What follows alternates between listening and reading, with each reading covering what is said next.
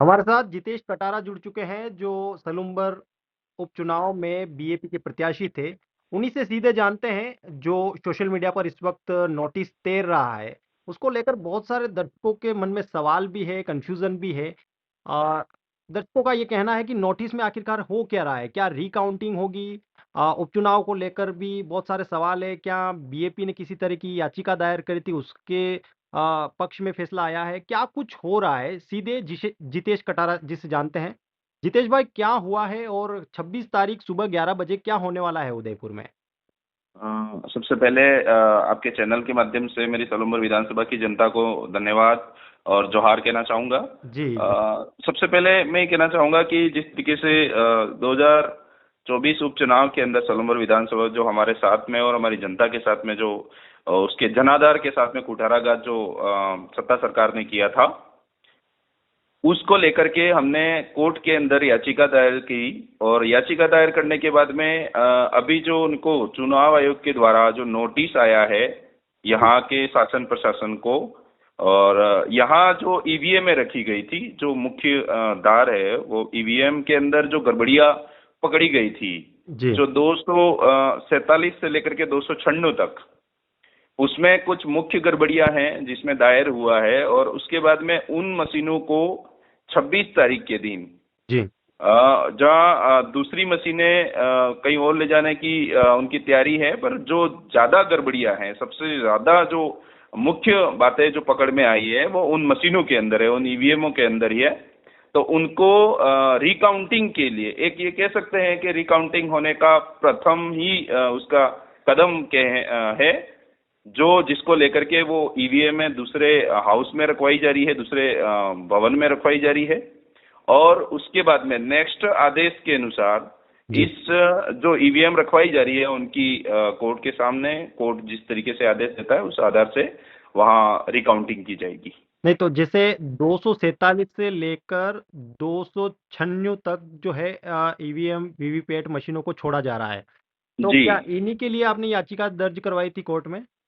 हमने जिस तरीके से याचिका दर्ज करवाई, बहुत सारी चीजें थी, पर उसके अंदर कोर्ट ने जो एनालिसिस किया और सबसे ज्यादा जो त्रुटि पाई गई, गलतियां पाई गई, और जिस तरीके से गलत तरीके से पेश करके आंकड़ों को जीत दर्ज करवाई गई बीजेपी को, तो उसके अंदर सबसे ज्यादा जो गलतियां पकड़ी गई वो 247 से लेकर के 296 तक जो ईवीएम है उसके अंदर है।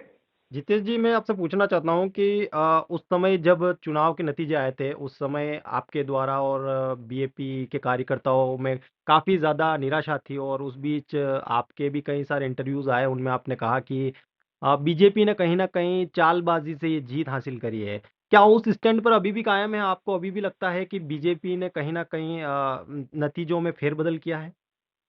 जी, बिल्कुल। मैं, मेरे जो जनता ने मुझे आशीर्वाद दिया, जो इतना जनबल देकर के मुझे संबल दिया, उसके लिए मुझे निरंतर रात दिन में उसके लिए लगा रहा, और लगा रहने के बावजूद आज सत्ता सरकार में होते हुए भी हम लोग कोर्ट गए, कोर्ट के दरवाजे खटखटाए, और वहां इतना निरंतर प्रयास करने के बाद में आज ये नोटिस इनको आया है।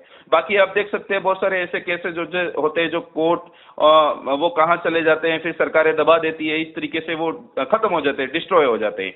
तो हमने निरंतर उसी दिन से, जिस दिन से हमारे साथ ऐसा कुठाराघात हुआ और जनता ने मुझे संबल दिया, हम साथ खड़े हैं, कार्यकर्ताओं ने विश्वास दिलाया कि हम साथ में खड़े हैं, आप लड़िए, हमने लड़ना शुरू किया। तब से लेकर के आज ये पहला नोटिस जारी हुआ है, और आने वाले समय में हम विश्वास अपने आप पे इतना है, और जनता ने भी विश्वास दिलाया, कार्यकर्ताओं ने भी आत्मसंबल दिया है कि हम जीतेंगे। अब निरंतर कार्य करते रहिए और निरंतर प्रयासरत रहिए। चलिए, पहला नोटिस तो जारी हो चुका है। 247 से लेकर 296 तक जो ईवीएम वीवीपैट मशीन है उनको छोड़ा जा रहा है। तो क्या इसके बाद भी आपको कोई प्रक्रिया करनी पड़ेगी या कोर्ट में याचिकाएं देनी पड़ेगी, और उसके बाद रिकाउंटिंग होगी, या ये एक प्रोसेस चल रहा है और इसी के अंतर्गत रिकाउंटिंग देखने को मिल सकती है? ऐसा कुछ हो जी, सकता है? जी बिल्कुल। उसके बाद में जो रहेगा, ये नोटिस जिस तरीके से हुआ है, उसके बाद में अगेन जैसे सुनवाई होगी कोर्ट के अंदर, तो उसके आधार पर जो चुनाव आयोग को भेजा जाएगा नोटिस की, अब जो ईवीएम में रुकवाई गई है उनका जल्दी से रिकाउंटिंग करिए, वो कोर्ट प्रोसेस है, कोर्ट के आधार पर होगा। जी। मैं अभी देख पा रहा था, आपके लिए आपके जो प्रशंसक है खास तौर पर, वो सीधे ही इस तरह की स्टोरी लगा रहे हैं कि 26 तारीख 11 बजे जो है रिकाउंटिंग होनी है, उपचुनाव को लेकर रिकाउंटिंग हो रही है, इस तरीके का संदेश जा रहा है। उन जी। दर्शकों से आप क्या कहना चाहेंगे, आपके जो प्रशंसक हैं उनको? मैं ये कहना चाहूंगा कि बिल्कुल वो इस बात को समझ रहे हैं, और रिकाउंटिंग होने का जो हुँ, पहला कदम है वो कदम है। सबसे पहले जैसे हमारी मान लो रिकाउंटिंग होगी, उस समय क्या होगा कि जो ईवीएम, जिन ईवीएमओ की रिकाउंटिंग होनी है, वो ईवीएम पहले अलग की जाएगी दूसरी ईवीएमओ से, जी, अलग की जाएगी, और उनकी ही उनके ऊपर ही कार्य किया जाएगा।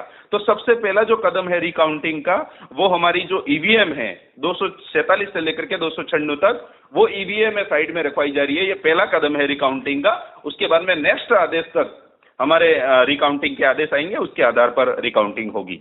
जितेश जी, मेरा लास्ट सवाल है, जो अभी आपकी विधायक हैं, आपके क्षेत्र की विधायक हैं, क्या उनके जी। कार्य से संतुष्ट हैं? कैसा कार्य कर रही हैं आपके विधानसभा क्षेत्र में वो? अभी कैसा काम देख पा रहे हैं शांता देवी का?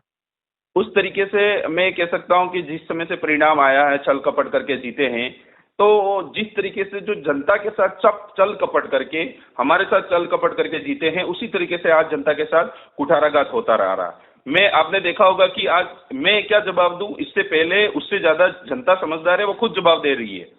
हर एक क्षेत्र के अंदर आज किसी भी प्रकार का कोई काम नहीं हो रहा है। हमने पहले ही कहा था 5 लोग ही अपनी दुकानदारी चलाएंगे, उसी तरीके से हो रहा है। आज आपने देखा होगा सोशल मीडिया पर एक वीडियो वायरल हो रहा था, जिसके अंतर्गत कोई हमारे पटेल समुदाय विधानसभा क्षेत्र की जनता गई थी वहां पर। तो हुँ, वहां रोड पुलिये को लेकर के गई थी। तो एक विधायक है, एक विधायक जिसको वोट देकर के जनता कुर्सी पे बिठाती है, वो नहीं, कोई मेरे घर का या उनके घर का कोई और सदस्य है जो इस तरीके से जनता के सामने पेश आ रहा है, उंगली दिखा करके, उंगली नहीं उठाने की बात कह करके, आपने देखा होगा। जी, वो वीडियो बहुत ज्यादा तेजी से वायरल हो रहा है। तो मैं ये कहना चाहूंगा कि यही तो तानाशाही है, यही तो सबसे बड़ा जनता के साथ में कुठाराघात हो रहा है। अगर जब एक विधायक जिसको वोट दिया जनता ने, अगर उससे नहीं पूछेगी तो किससे पूछेगी? पूछ उससे रही है जनता, पर जवाब उनके घर में कोई अन्य सदस्य है वो दे रहे हैं, और किस तरीके से पेश आ रहे हैं ये जनता देख रही है। उन्हें पता है कि हमने जिनको जिताने के लिए जिनको वोट दिया है, उनके साथ में भी कुठाराघात करके उनको हराया है। पर आने वाले समय में, और जिस तरीके से कोर्ट के ऊपर जो आशा और विश्वास है, वो विश्वास बनाया हुआ है उनका।